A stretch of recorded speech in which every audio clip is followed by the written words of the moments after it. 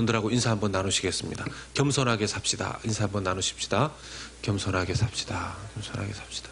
이제 이런 인사 나누라고 그러면 또 어떤 분들은 겸손하게 살아라이 뭐 이러신 분들이 혹시 없으시겠죠? 오늘 제목을 분노가 찾아올 때 이런 제목으로 붙여봤습니다. 제가 총각 시절에 이제 총각 시절에 제일 우상이 누구겠습니까? 예, 총각 시절에 제일 우상은 결혼을 한 사람이죠. 예, 총각 시절의 우상, 제 때는 총각 시절의 우상은 유부남 선배님들이었었습니다.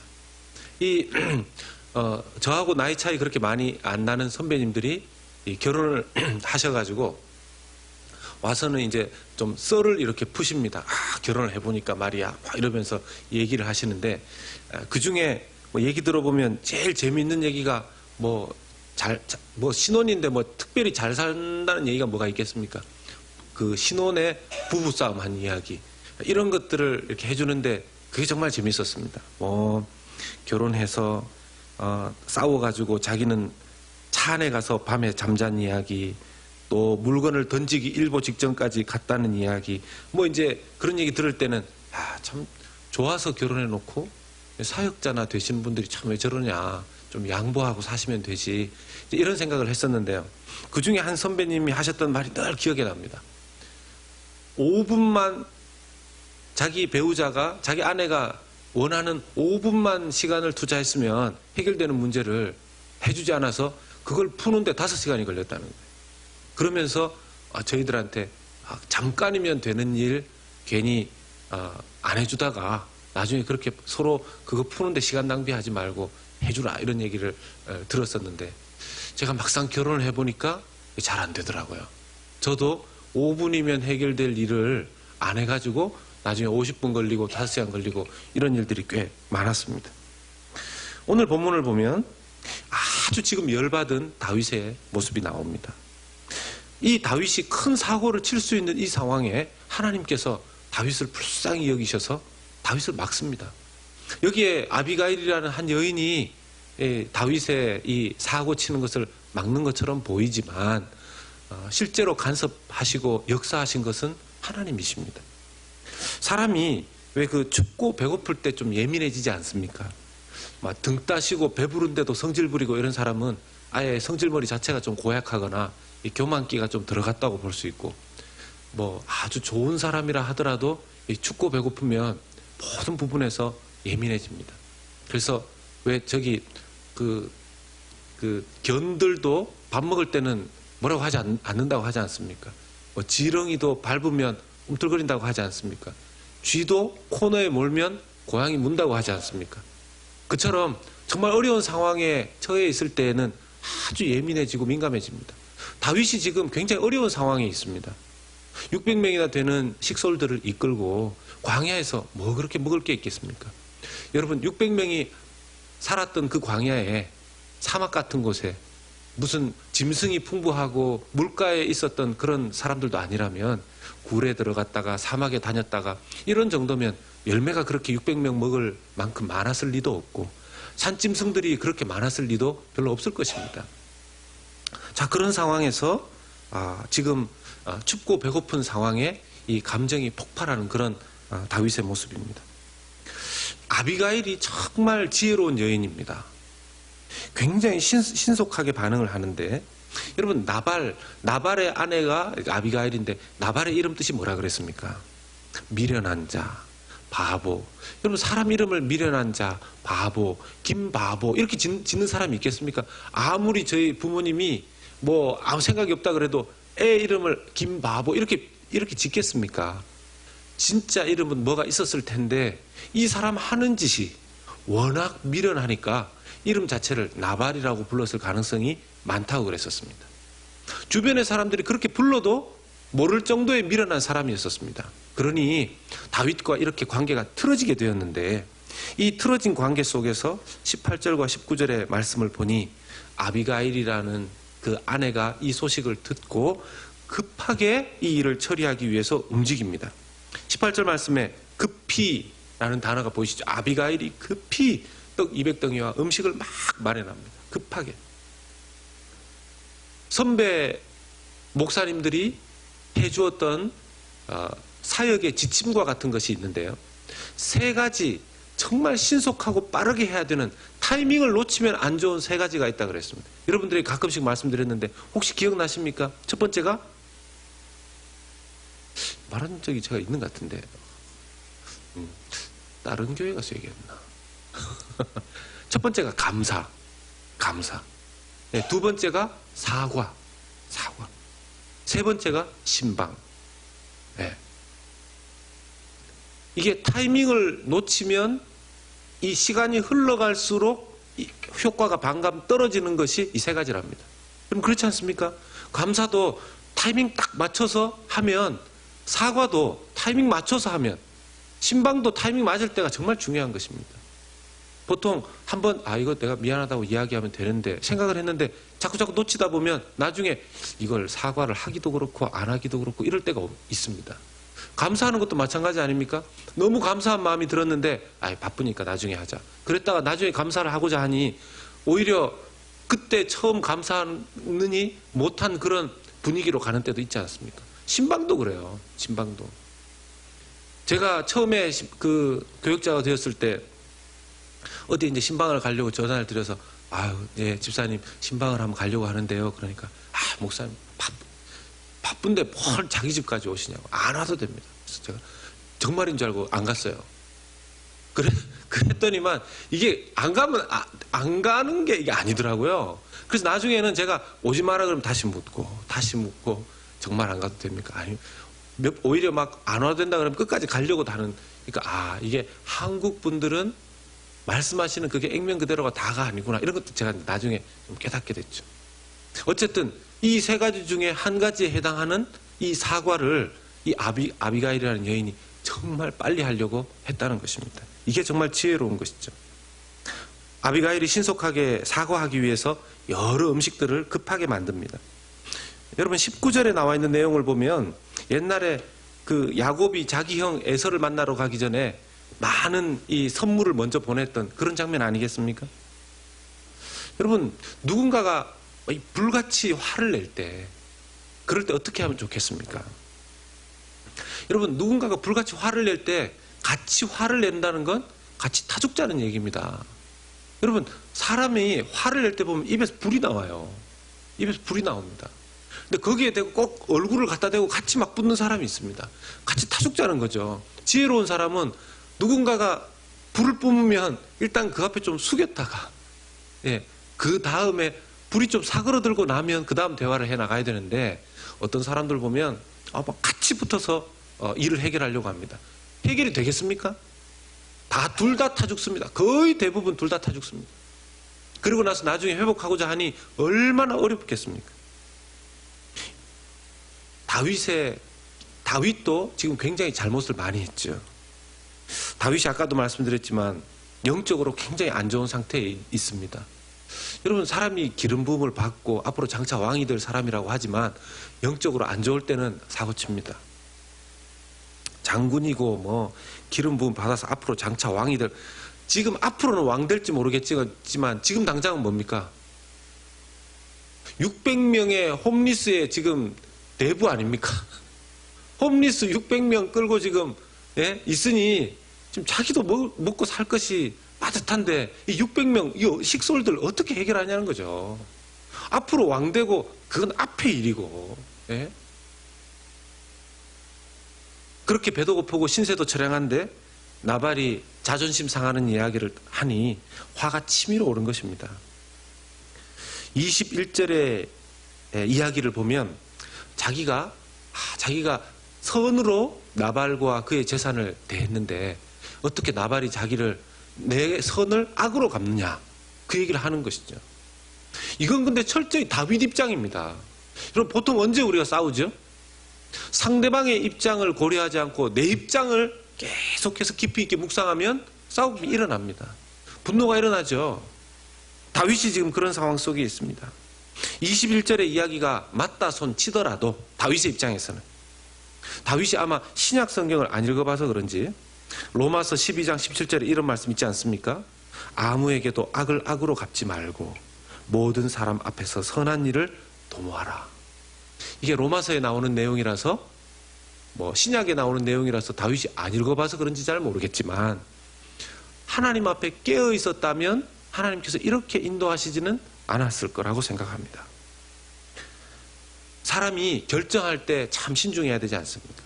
근데 무엇인가를 결정하는 것, 무엇인가를 말하는 것, 제일 조심해야 될 때가 어떤 감정 상태일 때라고요? 예, 분노해 있을 때입니다. 제가 학교 다니는 걸 별로 좀 안 좋아함에도 불구하고 지난 겨울에 제가 온라인 교통 학교를 제가 다녔지 않습니까?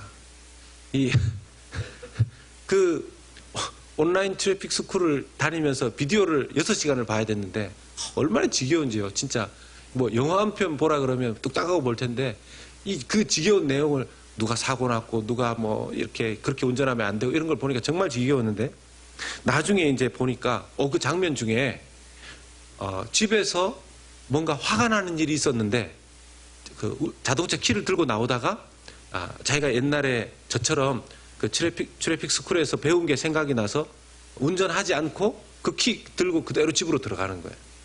그게 옳다라는 거죠. 나중에 그게 퀴즈에 나왔습니다. 그런데 그때 상황에서 자기의 분노가 억제되지 않는 상황에서 운전대를 잡으면 굉장히 위험해지는 것입니다. 뭐 저만 아는 게 아니라 여러분들 다 아시는 거죠. 여러분 분노가 치밀었을 때 운전대만 잡는 것도 위험한데 화가 나고 감정의 파도가 자기 속에서 막 치고 있을 때 그때 어떤 결정을 한다는 것, 그때 말을 한다는 것, 그거만큼 이 안 좋은 결정, 아주 최악까지는 아닐지라도 굉장히 부정적이고 안 좋은 결정을 할 가능성이 얼마나 많겠습니까? 감정적으로 안정되어 있지 않을 때 그때는 입을 닫는 게 사실은 가장 좋죠. 근데 이 뿜어져 나오는 이 분노를 정말 절제하지 잘 못하는 것이 성숙하냐 성숙하지 못하냐의 그런 기준이 되지 않을까 생각이 듭니다. 아비가일이 굉장히 지혜롭게 이 문제를 푸는데요. 저는 아비가일의 이 지혜로운 조언 속에서 성령께서도 우리를 이렇게 좀 지혜롭게 조언하시지 않는가 그런 생각을 하게 됩니다. 이 아비가일이라는 여인, 이 그 아비가일이라는 이름의 뜻에 정말 조상의 지혜 이런 뜻이 들어있는데요. 조상의 지혜 이런 뜻이 들어있는데 잠언 말씀이 정말 틀림없는 것 같습니다. 잠언 31장 10절의 말씀에 보면 누가 현숙한 여인을 찾아 얻겠느냐 그의 값은 진주보다 더하니라. 잠언 31장 26절에 입을 열어 지혜를 베풀며 그의 혀로 인애의 법을 말하며. 잠언 31장 30절 거의 결론의 말씀이죠. 고운 것도 거짓되고 아름다운 것도 헛되나 오직 여호와를 경외하는 여자는 칭찬을 받을 것이라. 죄송합니다. 오늘 이렇게 하다 보니까 이 잠언의 내용 또 아비가일의 내용이 여성적으로 좀 흐르는데 지혜라는 단어 자체가 여성 명사형으로 되어 있습니다. 지혜라는 단어 자체가 여성 명사형으로 되어 있습니다. 그 이유를 좀 생각해 보면 여러분 지혜라는 단어가 여성 명사형으로 고대 히브리어에서 그렇게 사용했다는 것을 보면 남성의 그 강하고 남성의 그 남성이라는 그 단어 속에서 나오는 용맹 이런 것들이 보통 남성형 명사로 많이 쓰여졌고 남성들에게 많이 나타나는 것이라면 부드럽고 온유한 그런 지혜들은 여성에서 많이 나오고 지혜도 그런 특성들이 좀 있지 않나 이런 생각들을 좀 해보게 됩니다. 분노에 휩싸인 이 장수를 누그러뜨린 아비가일의 지혜를 좀 살펴보면요. 첫 번째는 겸손함입니다. 겸손함. 23절의 말씀에 보면 아비가일이 다윗을 보고 급히 나귀에서 내려 다윗 앞에 엎드려 그의 얼굴을 땅에 대니라 그랬습니다. 나귀를 타고 가다가 다윗을 보자마자 급하게 그냥 곧바로 그 나귀에서 내립니다. 그리고는 얼굴을 땅에 대고, 여러분 누구에게 이야기하실 때 얼굴을 땅에 대고 이야기하겠습니까? 정말 겸손한 자세이죠. 거기에다가 자기를 표현할 때 주의 종이다 이런 표현까지 사용하면서 다윗에게 말합니다. 여러분 지혜 중에 지혜는 뭐겠습니까? 깨어나십시오. 깨어나십시오. 다시 깨어. 여러분 지혜 중에 지혜는 뭐겠습니까? 겸손이죠. 따라서 하시겠습니다. 겸손합시다. 이건요, 계속 우리의 마음에 새겨도 다함이 없을 겁니다. 지혜 중에 지혜는 겸손입니다. 교만이 패망의 앞잡이라고 하지 않습니까? 교만이 패망의 앞잡이라고 하지 않습니까? 하나님께서 성경을 통해서 우리에게 겸손을 가르쳐 주실 때 심지어는 자리에 앉는 것조차 구체적으로 말씀해 주시지 않습니까? 상석에 앉지 말라고. 상석에 앉지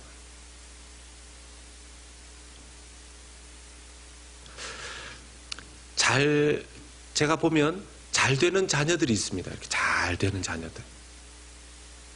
그 잘 되는 자녀들의 유형이 좀 몇 가지 있는데, 첫 번째 가장 대표적인 그 자녀들이 부모님이 이미 DNA 자체가 너무 머리가 좋아요. 아빠, 엄마 다. 그러니까 애들이 이 머리 좋은 DNA를 그대로 받아가지고 맨날 노는데 공부를 잘해요. 뭐 이건 어쩔 수 없는 거죠. 선천적으로 태어나는 거예요. 그리고 그런가 하면 또 어떤 부모님들은 자기 당대에는 여러 가지 상황상 공부나 이런 것들을 많이 못했다 할지라도 자녀들 잘 키우기 위해서 정말 많이 투자하고 같이 부모가 자녀를 위해서 같이 연구하고 공부하는 그런 타입들이 있습니다. 그런 자녀들도 좀 잘 자라죠. 그런가 하면 뭡니까? 제일 안 좋은 케이스가 뭐냐면 본인도 젊었을 때 공부도 열심히 안 하고 대충 살았으면서 그냥 처음부터 끝까지 사사건건 잔소리하는 그런 부모님이 있습니다. 이럴 때는 맨날 자녀와 부모가 이제 물고 뜯고 싸우고 이렇게 되죠. 근데 놀라운 케이스가 하나 있는데요. 부모님이 왜 어떤 부모님들 보면 뭐 이렇게 인생에 크게 성공한 뭐 어떤 그게 학업적인 부분이든 물질적인 부분이든 그러신 분들인데 뭐 옛날에 그런 분들 계셨지 않습니까? 그런 분들이신데 타고난 뭐가 있냐면 겸손함이 있으시니까 겸손함. 그러니까 뭐 자녀에게 뭘 가르치려고 한다라기보다 뭘 막 주장하고 잔소리 한다기보다 겸손하게 자기의 삶을 성실하게 살아가시면서 그저 양심적으로 살아야 되고 착하게 살아야 된다. 이제 그런 것들만 몸소 보여주시고 말씀하시는 분들이 계십니다. 이런 분들의 자녀들이 정말 잘 자라더라고요. 희한하게도. 어떻게 보면 그 자녀들에게 심겨진 자녀들에게 들어간 가장 좋은 교육 패턴이 지혜가 겸손이었다라는 것입니다. 잠언 11장, 오늘 뭐 잠언 얘기 많이 하는데 잠언 11장 2절에 보면 교만이 오면 욕도 오거니와 겸손한 자에게는 지혜가 있느니라 그랬습니다. 겸손이 지혜를 불러일으키는 것입니다. 겸손이. 그리고 두 번째 아비가일의 지혜는 하나님께 맡기고 내가 직접 처리하지 않아야 된다라는 지혜를 말합니다. 여러분 우리가 누군가와 이렇게 이야기를 하면 꼭 시시비비를 따지고 싶은 때가 있지 않습니까? 시비를 가리고 싶은 때. 그런데 그렇게 시비를 따져서 해결하면 해결이 될까요? 옛날에 그 무술 영화 같은 거 보신 적 있으십니까? 무협 영화 이런 거 보시면 자기 아버지를 죽인 원수를 자기가 열심히 무술을 막 이렇게 해가지고 가서 자기 아버지의 원수를 이렇게 죽였는데 나중에 자기가 나이 들고 이러니까 그 원수의 자기가 죽인 그 원수의 아들이 와가지고 자기를 또 막 괴롭히죠. 이게 뭐 평생 뭐 이런 인생이 뭐 이러면서 계속 꼬이는 거 아닙니까? 결국 시비를 가렸다는 게 그런 결론밖에 만들어주지 않습니다. 이게 참 어렵습니다. 뭐 옛날 어떤 시대 때는 법보다 주먹이 가까웠던 그런 시대가 있지 않습니까? 성격 자체가 그렇게 형성이 되면 정말 겸손요 굉장히 어려운 것입니다. 예수님께서 만약 시비를 가리는 스타일로 그분이 33년을 지내셨다면, 특별히 공생의 기간을 시비를 가리시는 그런 일을 하셨다면 어떻게 됐을까요? 참고 참으셨겠지만 십자가에 올라가셨을 때 정말 끝까지 참고 십자가에까지는 겨우 올라가셨는데 십자가에 올라가고 보니까 이것들이 밑에서 당신이 정말 유대인의 왕이면 내려와 봐라 막 이런 얘기를 하고 막 욕을 하고 이러니까 예수님께서 안 그래도 지금 창피하게 옷까지 벗으셨는데 열받아서 원래는 조금 있으면 돌아가시고 아버지여 내 영혼을 아버지 손에 부탁하나이다 이래야 되는데 아버지여 잠깐만 내려갔다가 오겠습니다. 도저히 못 참겠습니다.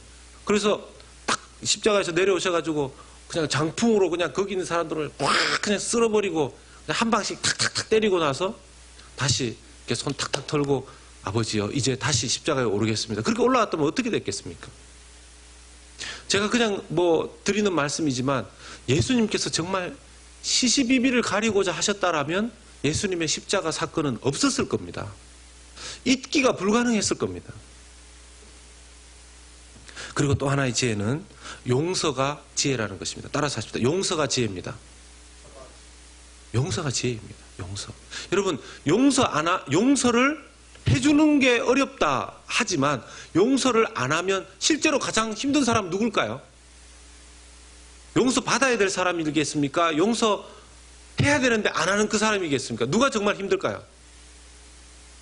이거 용서 다 잘해서 모르십니까? 실제로는 용서해 줘야 되는데 용서 안 하고 있는 그 사람이 힘듭니다. 왜요? 용서 받아야 되는 그 사람은 자기가 뭘 잘못했는지도 모르고 그냥 두 다리 쭉 뻗고 자는 경우들이 많아요. 그 사람이 그걸 알았으면 그러지도 않았을 거예요.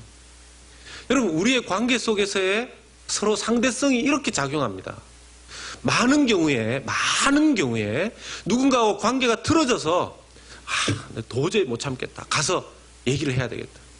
그 집에 직접 찾아가가지고 그때 왜 나한테 이 말을 했느냐? 왜 그때 나한테 10원 주면서 잘 먹고 잘 살아라 그랬냐? 그래서 얘기를 해보면 자기는 굉장히 자존심이 상했는데 그 사람이 나는 원래 정말 진심으로 당신이 잘 먹고 잘 사는 걸 원해서 그렇게 얘기했다고. 이렇게 얘기하면 얘기가 끝나는 거예요. 우리는 우리의 필터로 우리의 입장에서 그 말을 받아들여서 끙끙거리고 저 용서받지 못할 그런 말을 하다니 이렇게 있는데 상대방의 경우에는 그게 자기를 그렇게 찔렀을 줄 모르고 앉아있는 경우들도 굉장히 많습니다. 정말 많습니다. 여러분, 나발이 다윗에게 그런 싹 비꼬면서 내가 이세 아들 다윗이 누군지 내가 어떻게 하냐고. 요즘 주인한테서 도망친 종들이 많다는데 근본이 뭔지도 모르는 사람한테 내가 왜 밥을 줘야 되냐고. 이렇게 얘기했을 때 그렇게 얘기하고 나서 가고 나서는 너무 다윗에게 미안하고 나중에 때가 되면 다윗에게 사과를 해야 되겠다. 그런 생각을 했을까요? 성경에 찾아보면 전혀 그런 생각이 없습니다. 나중에 이제 아비가일을 통해서 일어나려고 했던 사건이 자기가 저질렀던 일이 어떤 결과를 초래했을지를 나중에 듣고 나서 이 사람이 사실은 이렇게 놀라서 죽었어요. 놀라서. 그렇지 않습니까? 용서해 주는 것이 용서해 주지 않으면 오히려 자기가 그 감옥 안에 갇혀서 살아가게 되는 경우가 너무 많습니다. 혹시 아직도 용서 못 해주신 분 계십니까? 오늘 기도하다 떠오르면 용서해 주시기 바랍니다. 마지막으로 네 번째는 하나님께서 주실 미래의 소망을 붙드는 것이 지혜라는 것입니다. 아니 지금 당장 열받는데 미래의 소망이고 자시고 이런 게 생각도 안 나고 그럴 수 있겠죠. 어려운 일입니다. 근데 아비가일이 놀랍게도 아마 하나님께서 아비가일에게 그런 감동을 주신 것 같아요. 30절의 말씀에 보면, 여러분 30절의 말씀에 보면 같이 한번 읽어볼까요? 시작. 여호와께서 내 주에 대하여 하신 말씀대로 모든 선을 내 주에게 행하사 내 주를 이스라엘의 지도자로 세우실 때. 아비가일이 아마 사무엘 선지자와 다윗 사이에 있었던 일들을 이미 들었는지 모르지만 들었다 하더라도 이 이야기가 그때 마침 생각난다는 게 쉽지 않지 않겠습니까? 그런데 아비가일이 그것을 마음에 담아 놓았다가 하나님의 감동 가운데 다윗에게 이 말을 해줬습니다. 하나님께서 내 주를 다윗을 이스라엘의 지도자로 세우실 때 그때 31절에 나오는 것처럼 내 주께서 무죄한 피를 흘리셨다든지 내 주께서 친히 보복하셨다든지 말미암아 슬퍼할 것이 없고 내 주의 마음에 걸리는 것도 없으시리니 이렇게 권면합니다.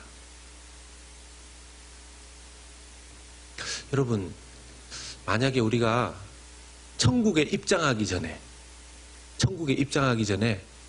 하나님께서 잠깐 시간을 주셔서 이 생에서 우리가 했었던 일을 짧게 비디오처럼 좀 보여주신다면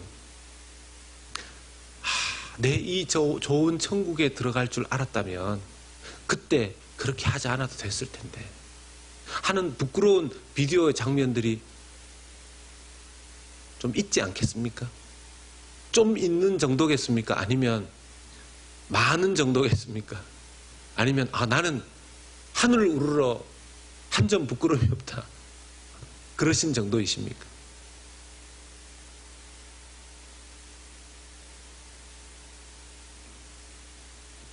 나중에 왕이 되었을 때 이 일이 다윗에게 걸림돌이 되지 않도록 사실은 하나님께서 막으신 것이죠. 여러분, 사랑하는 여러분들, 나중에 주 예수 그리스도의 은혜 가운데 우리가 삶의 마지막 이 땅의 여정을 마치고 주님과 함께 영원히 거하게 될 그 천국으로 우리가 자연스럽게 입성하게 될 것을 믿으십니까? 좀 앞당겨서 그때의 그 영광을, 좀 앞당겨서 그때의 그 기쁨을, 좀 앞당겨서 그때 우리가 누리게 될 놀라운 그 축복을 좀 많이 생각하고 그것을 기억하고 그것을 미리 좀 기뻐하면서 그 소망을 미리 좀 붙잡으면서 이 땅에서 우리를 넘어뜨리려고 찾아오는 사단의 여러 가지의 공격들, 그 괴계들을 물리치면 어떻겠습니까? 쉬운 것이 아니라는 건 알죠. 그러나 정말 성경을 믿는다면 어찌 노력하지 않을 수 있겠습니까? 제가 이 얘기만 하고 마치겠습니다. 제가 어떤 구역에 신방을 갔었는데요. 결혼한 지 얼마 안 된 한 자매님이, 그러니까 그 부부별로 기도 제목을 이렇게 나누고 있었습니다. 결혼한 지 그렇게 오래 안 된 한 가정이 기도 제목을 내는데, 이제 남편은 뭐 비즈니스 또 그리고 신혼이니까 또 잘 서로 이렇게 화목하게 잘 자랄 수 있게 건강한 가정 만들어갈 수 있도록 그렇게 기도 제목을 냈고, 형제도 참 좋은 형제예요. 자매가 기도 제목을 내는데 우는 거예요. 우는 거예요. 그래서 왜 우는가 좀 달래서 들어보니까 성경에서 분명히 남편을 정말 주님을 섬기듯 섬기고 사랑하라 그랬는데, 또 그렇게 순종하라 그랬는데 잘 안 된다는 겁니다. 그게 잘 안 된다고 우는 거예요.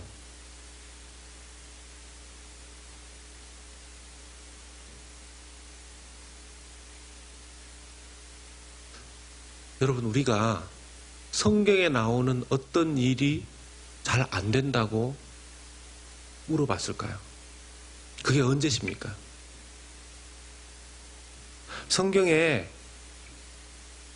남편이 아내에게, 아내가 남편에게, 또 우리가 하나님 앞에서 이렇게 살아야 되는데 우리 보고 이렇게 살라고 말씀하셨는데 그게 잘 안 되어서 울어본 적이 언제십니까?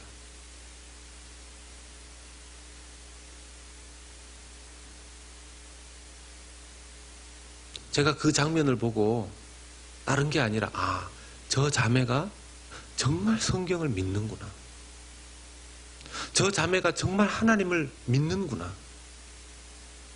여러분, 이 말씀은 그냥 이해하는 것으로 끝내는 이론서가 아니죠.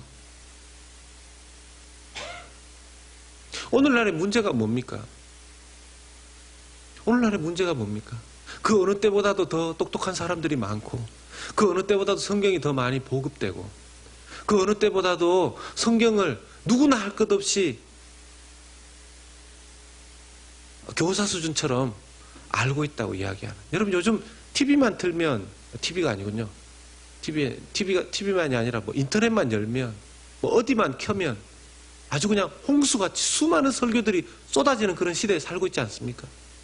근데 정말 우리에게 그런 말씀이 없어서 우리가 신앙생활 잘하고 못하는 것입니까? 정말 우리 스스로 하나님 앞에서 돌아봐야 될 것은 말씀이 말씀으로 믿어지고 내가 믿는 그 말씀을 그대로 그렇게 살아내는 것이 당연함에도 불구하고 그렇게 되지 못하는 것으로 인하여서 가슴을 치는 것이 내게 있느냐는 것이죠. 그 자매님의 그 모습을 보면서 그렇게 애쓰는 그 기도 제목을 내어놓고 하나님 앞에 그 기도 제목을 내는 그 자매, 그 아내의 애를 보고 남편이 어떻게 사랑스럽지 않겠습니까? 어떻게 그 가정에 영적인 악한 것들이 틈을 타기가 쉽겠습니까? 우리가 우리 스스로 어떻게 보면 여러분 하나님이 우리를 시험하시는 게 아니라 테스트하시는 부분이 있지만 우리가 걸려 넘어질 때 대부분은 우리의 틈, 우리 스스로 만들어낸 그 틈 때문이 아니겠습니까?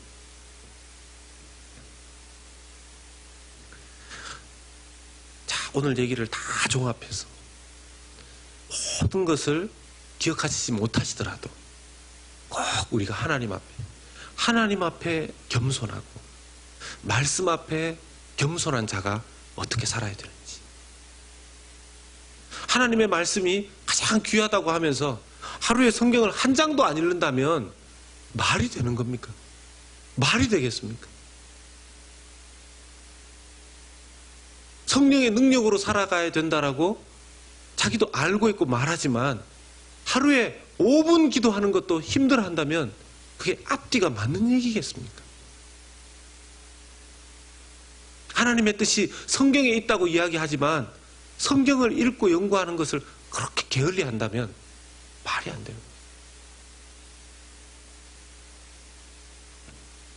하나님 앞에 겸손하게 주님의 날 이를 때까지 사단의 괴계를 잘 물리치고 겸손하게 믿음의 길을 걸어가시는 저와 여러분들 되시기를 예수님의 이름으로 축복합니다.